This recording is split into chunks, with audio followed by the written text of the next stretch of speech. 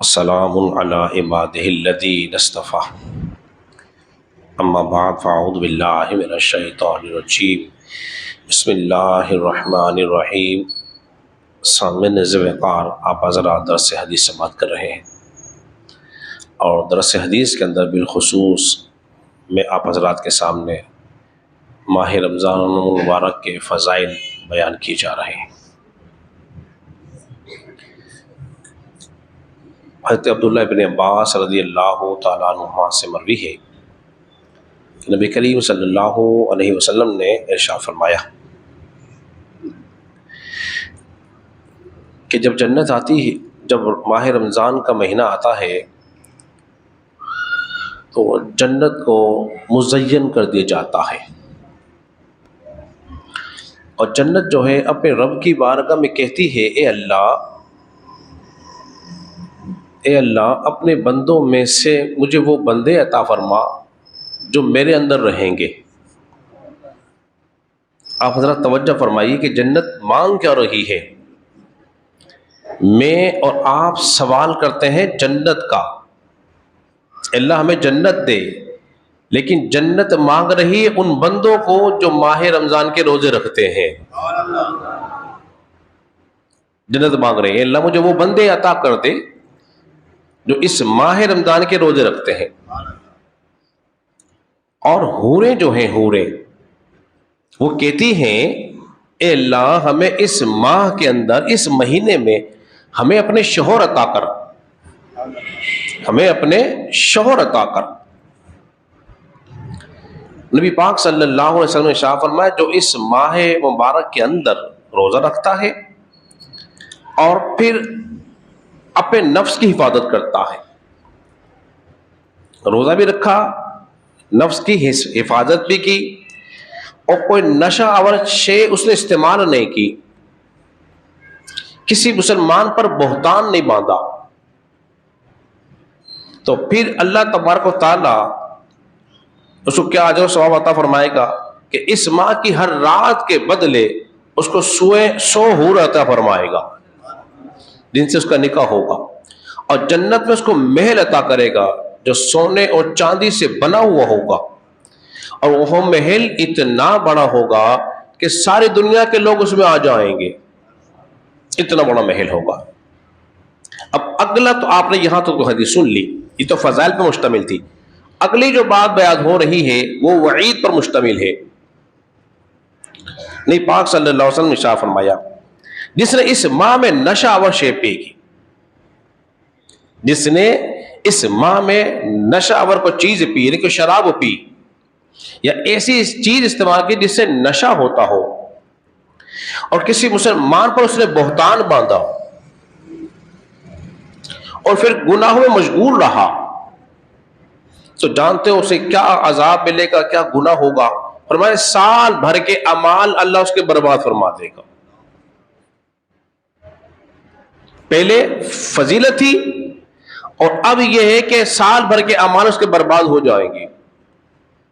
جس نے اس ماہ میں، کتنے بد نصیب لوگ وہ ہیں جو اس مہینے میں شراب نہیں چھوڑتے، روزہ رکھنے کے بعد گناہوں سے نہیں بچتے، الزام تراشیاں، بہتان لگانا، غیبت، اور نہ جانے کیسے کیسے ہم گناہوں میں مشغول رہتے ہیں۔ اللہ ہمیں سے بچنے کی توفیق عطا فرمائے۔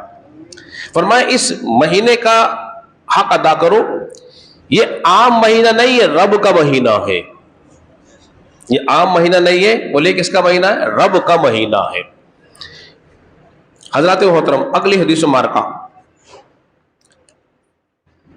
جو کسی مسلمان پر بہتان لگائے، الزام لگا دے، ایسی بات کہہ دے اس کے بارے میں جو اس میں موجود ہی نہ ہو، اس کو کہتے ہیں بہتان۔ تو فرمایا اللہ تبارک و تعالی جہنم میں اس کو اس مقام پہ رکھے گا جسے رد الخبال کہتے ہیں۔ یہ کون سا مقام ہے؟ جہاں جہنمیوں کا خون اور پیپ جمع ہوتا ہے، اللہ اس بندے کو وہاں رکھے گا جب تک کہ اپنی کبھی بات سے نکل نہ جائے۔ اس کا مطلب یہ ہے کہ جو اس نے بات کہی تھی نا، جب تک اس کی سزا نہ پالے اس وقت تک وہ بندہ اسی مقام پہ رہے گا۔ ام ہانی رضی اللہ تعالیٰ عنہ سے مروی ہے ایک حدیث مبارکہ، نبی پاک صلی اللہ علیہ وسلم نے کمال کی بات ارشاد فرمائی. آپ صلی اللہ علیہ وسلم نے ارشاد فرمایا میری امت ذلیل رسوا اس وقت تک نہیں ہوگی، میری امت ذلیل رسوا اس وقت تک نہیں ہوگی جب تک وہ ماہ رمضان کا حق ادا کرتی رہے گی. تو معلوم یہ ہوا کہ جو ماہ رمضان کا ادب کرتا ہے یا حق ادا کرے گا اللہ اس کو رسوا نہیں کرے گا، اور جس نے اس ماہ کا حق ادا نہیں کیا، اس کا ادب نہیں کیا، تو اللہ اس کو رسوا کر دے گا. پوچھا کہ رسوا سے کیا مراد ہے؟ فرمایا اس رسوا سے مراد یہ ہے کہ وہ حرام کام کرتا رہے، حرام کاموں میں لگا رہے. اور جس نے اس مہینے میں شراب پی، گناہ کا کام کیا، آسمان کے فرشتے اس پہ لعنت بھیجتے ہیں. اور اگر وہ اسی سال مر گیا، وہ اسی سال میں مر گیا آئندہ رمضان سے پہلے تو جہنم سے بچانے کے لیے اس کے پاس کوئی نیکی نہ ہوگی. جہنم سے بچانے کے لیے اس کے پاس کوئی نیکی نہ ہوگی. تو لہذا جس طرح ماہ رمضان میں نیکیوں کا اجر بڑھ جاتا ہے، اس طرح گناہ کے بارے میں بھی سوچ لو ذرا اور ڈرتے رہو. اور آخری بات اپنی گفتگو ختم کرتا ہوں. دیکھو ہاتھ کا بھی روزہ ہے، آنکھوں کا بھی روزہ ہے، کان کا بھی روزہ ہے، پیروں کا بھی روزہ ہے. آپ کہیں گے یہ کیسا روزہ بتا دیا مولوی صاحب کہ آنکھوں کا روزہ مطلب یہ ہے اب آنکھوں سے کوئی غلط کام نہیں کرنا، ہاتھوں سے کوئی غلط کام نہیں کرنا، پیروں سے گناہوں کی طرف چل کے نہیں جانا، زبان سے کوئی غلط بات نہیں کہنی، بس جب بھی کوئی بات کرنی ہے تو اچھی بات کہیں گے یا پھر خاموش رہیں گے یا پھر اپنی زبان کو ذکر اللہ سے تر رکھیں گے. اور جو اس ماہ مبارک میں مر جاتا ہے، انتقال کر جاتا ہے، علماء کرام بیان فرماتے ہیں اس کو عذاب قبر نہیں ہوتا، اس سے سوال و جوابات نہیں ہوتے. تو کتنا فضل اور کرم نازل ہوتا ہے اس مہینے کے اندر اللہ کا. تو اللہ کی بارگاہ میں دعا کریں اللہ ہمیں فضل صحیح معنی میں لوٹنے کی توفیق عطا فرمائے. آمین. الحمدللہ رب العالمین.